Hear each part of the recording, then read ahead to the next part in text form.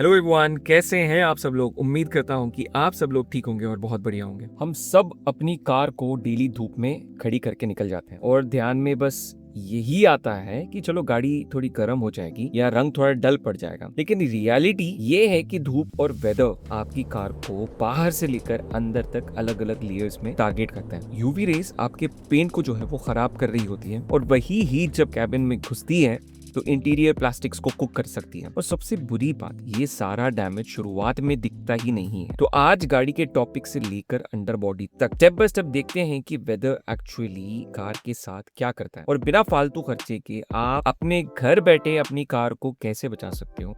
जो भी practical products इसमें काम आ सकते हैं उनके डायरेक्ट लिंक्स मैंने डिस्क्रिप्शन में ऑलरेडी डाल दिए हैं, तो आप उन प्रोडक्ट्स को चेकआउट कर सकते हो। तो सबसे पहले स्टार्ट करते हैं वहां से जहां धूप सबसे पहले स्ट्राइक करती है, आपकी कार का पेंट। आमतौर पर हम बोलते हैं कि धूप से कलर उड़ जाएगा, राइट? लेकिन असल में पेंट का कलर उड़ने से पहले कुछ और होता है, ठीक है? आपके कलर्ड पेंट के ऊपर एक ट्रांसपेरेंट प्रोटेक्टिव लेयर होती है जिसे क्लियर कोट कहते हैं। ये पेंट का स्क्रीन गार्ड है। जब धूप की हाई एनर्जी यूवी रेज लगातार इस पर पड़ती है तो ये इस लेयर को ड्राई और रफ बनाना शुरू कर देती है। पहले ग्लॉस यानी जो चमक है आपकी गाड़ी की वो गायब हो जाती है और जब ये शील्ड कमजोर पड़ती है तब तक यूवी रेज एक्चुअल कलर तक जो है ना वो पहुंचती है और पेंट फेड होना स्टार्ट हो जाता है। और अगर आपके पास डार्क या ब्लैक कलर की कार है तो वो धूप में व्हाइट कलर से डबल हीट जो है ना वो अपनी तरफ खींचती है। अब इसका सिंपल सोल्यूशन क्या है? आपको हर महीने 2000 रुपए की डिटेलिंग करवाने की जरूरत नहीं है। बस हर 2 से 3 महीने में कार पर एक अच्छा यूवी प्रोटेक्टिव सेरेमिक स्प्रे या वैक्स जो है ना वो आप अप्लाई कर सकते हो। ये क्लियर कोट के ऊपर एक इनविजिबल शील्ड जो है ना वो बना देता है जो यूवी रेस को पेंट तक पहुंचने नहीं देती।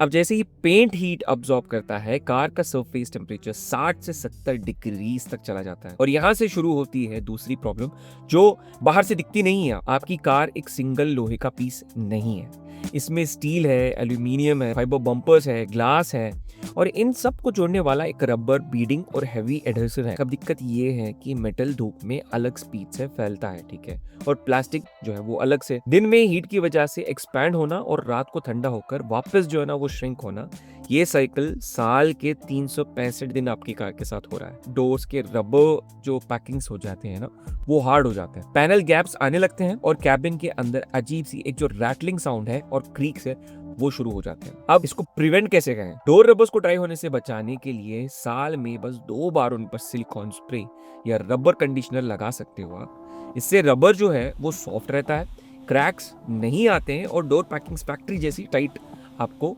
रहने लगती है आपकी गाड़ी की।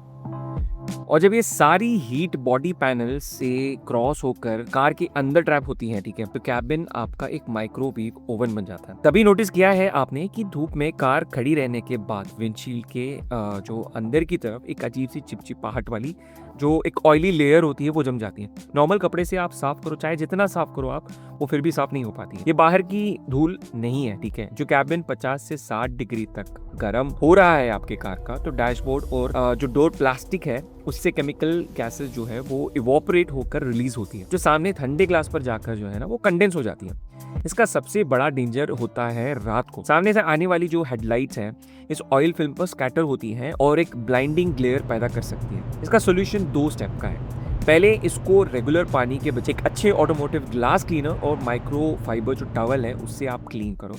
और दूसरा सबसे बेस्ट प्रिकॉशन ये है कि एक रिफ्लेक्टिव विंडशील्ड सनशेड जो है वो आप यूज करना स्टार्ट कर दो अपने कार में। धूप में पार्क करते वक्त बस इसे डैशबोर्ड के आगे आप अगर लगा दोगे तो काफी ज्यादा जो है ना बेनिफिट आपको मिलेगा। कैबिन का जो टेम्परेचर है वो 15 से 20 डिग्री तक कम रहेगा और डैशबोर्ड प्लास्टिक जो है गैस रिलीज नहीं करेगा। अच्छी क्वालिटी का सनशेड का लिंक मैंने डिस्क्रिप्शन में दे दिया है, तो आप उसको चेकआउट कर सकते हो। लेकिन सोचो गाड़ी दिन भर ऐसे तेज धूप में खड़ी रहती है और अचानक से बारिश शुरू हो जाए। हमें लगता है कि चलो बिना मेहनत और बिना पैसे दिए हमारी कार जो है वो धुल गई। रेन वाटर प्योर नहीं होते, उसमें हार्ड मिनरल्स होते हैं, डस्ट होती है। जैसे ही बारिश रुकती है और धूप जो है वो दोबारा निकलता है, पानी तो गर्म बॉडी से फौरन उड़ जाता है, ठीक है, that is not a issue. लेकिन वो हार्ड मिनरल्स पेंट के ऊपर ही बेक हो जाते हैं। इसको हम वाटर स्पॉटिंग या इचिंग बोलते हैं। बाद में नॉर्मल शैम्पू से ये दाग बिल्कुल निकल नहीं पाते आपकी गाड़ी से, क्योंकि मिनरल्स क्लियर कोट के अंदर बर्न हो चुके होती हैं। अब तो यहाँ क्या करना चाहिए, बारिश के बाद कार को धूप में ड्राई होने छोड़ने के बजाय एक आप माइक्रोफाइबर, एक अच्छा क्वालिटी का ड्राइंग टॉवल आप ले लो और उससे वाइप करना स्टार्ट कर दो। अच्छे से वाइप करना अपनी कार को।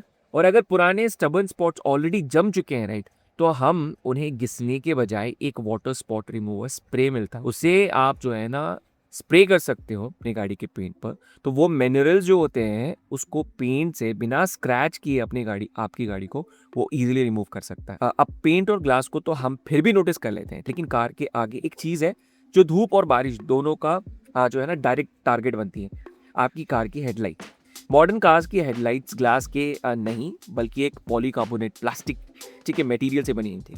कंपनी इनके ऊपर एक पतली यूवी ब्लॉकिंग लेयर दे देती है। After all of this cost cutting आप समझ ही सकते हो कि वो क्या काइंड ऑफ ब्लॉकिंग लेयर है। लेकिन सालों साल धूप खाने के बाद जब वो लेयर घिस जाती है तो प्लास्टिक डायरेक्ट यूवी रेज से रिएक्ट करके येलो और क्लाउडी जो है ना वो आपके हेडलाइट्स होने लगते हैं। इससे रात में रोड पर लाइट्स का थ्रो आधा रह जाता है, ठीक है।